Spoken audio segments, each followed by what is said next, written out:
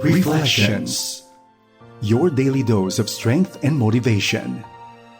Reflections.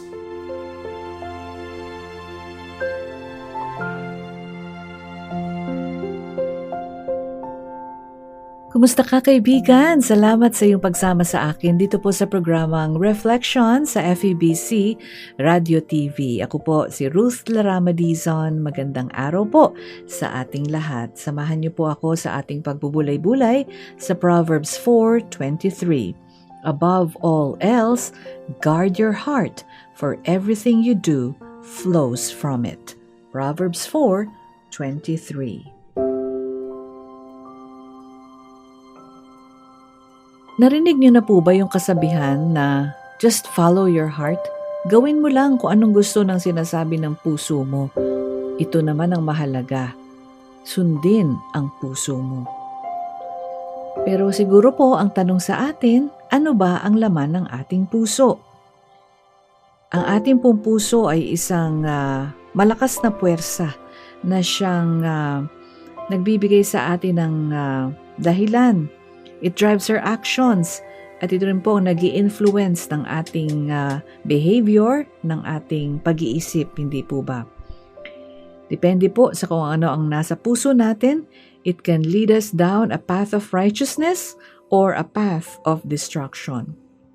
Ito pong ating puso ay susceptible, madaling maimpluwensyahan ng maraming mga bagay, either good or bad. Kaya po, we must be mindful of what we allow into our hearts because everything we do flows from it. Kaya po sabi sa ating verse sa Proverbs 4:23, above all else, guard your heart, for everything you do flows from it. Ito po ay words of wisdom ni King Solomon. At ina-emphasize po niya ang kahalagahan ng pag-iingat sa kung sino tayo sa ikaibuturan ng ating puso. Because our heart is the source of our thoughts, our attitudes, our beliefs and actions, and therefore crucial po, kinakailangan po na bantayan natin ang ating mga puso above all else. Paano nga po ba natin babantayan ang ating puso? Well, first, we must guard our hearts from external and internal factors. We must be mindful of the things we think about. We must be mindful of the things we set our affection on. We must be mindful of the things we give our attention to. Alam niyo po, minsan din natin napupuna yung bitterness, yung anger, yung negativity, no? So, sobrang nega na tayo. It can reside deep in our hearts. Minsan nakatira na sila dun sa ating puso. Hindi natin napapansin. At it can lead to sinful behavior. Kaya importante na tayo po ay nagsisiyasat ng ating mga sarili. We are asking the Holy Spirit to search our hearts so that we know na ito pong bitterness, negativity, anger, lust, greed, jealousy, itong mga to that are negative, do not take root in our hearts. Kaya po sabi nga ni Apostle Paul, di po ba sa Ephesians 4:31, get rid of all bitterness, of all rage and anger, of all slander, along with every form of malice. Tanggalin daw po yan. Guarding our heart means choosing to focus on godly thoughts. Sabi po sa Colossians 3:2 at Philippians 4:8, as well as seeking wisdom and guidance from God. Importante po that we guard our hearts so that we continue to walk down the path of righteousness. Our heart is the wellspring of life. Ito po ang bukal ng buhay. Kaya kinakailangan po na ang ating puso ay maging daluyan ng buhay at ng tubig na umaagos na mula sa ating Panginoon. Importante po na ang ating puso ay malinis sa harap ng ating Panginoon sapagkat ang ating pong mga puso ay may significant impact sa ating relasyon sa Panginoon at ang kondisyon po ng ating mga puso can either draw us closer to God or push us away from God. And when we meditate on the Word of God, at inaalaw po natin na ito'y ating pagbulay-bulayan, itanim sa ating mga puso, we are radically transformed and we will experience a greater sense of peace, joy, and contentment. On the other hand, the more we say no to God and yes to sin, ito po ay pinapapasok natin yung mga sinful influences in our hearts, and we're allowing them to take root in our hearts, and this will eventually destroy our relationship with our God. We will struggle to pray, we will struggle to read the Bible, we will even feel distant from God, at maya-maya hindi na natin sinusunod at kinikilala ang ating Panginoon. Kaya importante po that we guard our hearts and cultivate a deeper relationship with God. It also impacts our relationship with others, hindi po ba? If we cultivate an attitude of love, kindness, and compassion towards others, katulad ng sinasabi sa Ephesians 4:32, we will build strong and meaningful connections with them. And a heart of patience, a heart of understanding, a heart of forgiveness creates a culture of trust and mutual respect.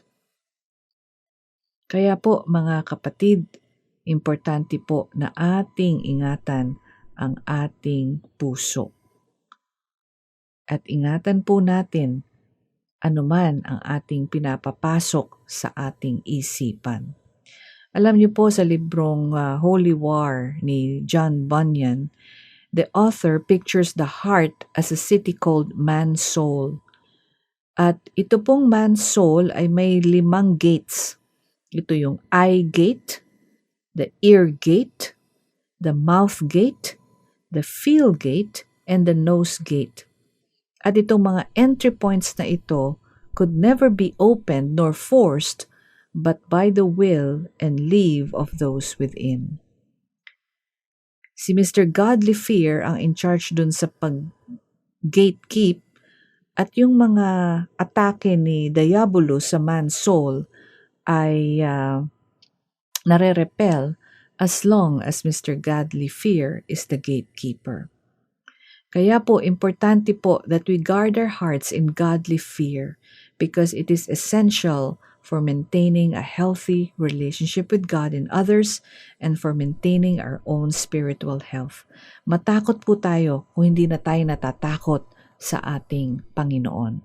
Kinakailangan po na andoon ang godly fear in our hearts, and we cultivate that by discovering who God is daily, intentionally in our hearts.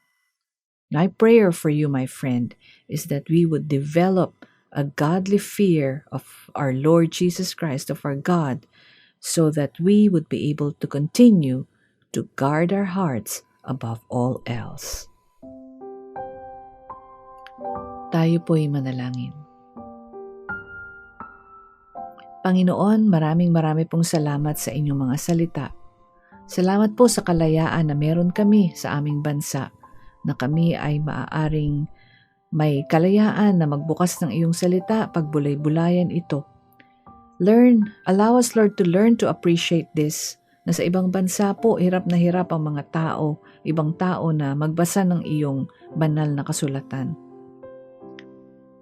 Habang mayroon kaming kalayaan dito sa aming bayan, tulungan niyo po na amin itong samantalahin upang kami ay magbasa, magbulay-bulay at panatilihing malakas ang aming relasyon sa iyo upang aming maalagaan ang aming puso na napakadaling maimpluwensyahan ng maraming bagay sa mundo.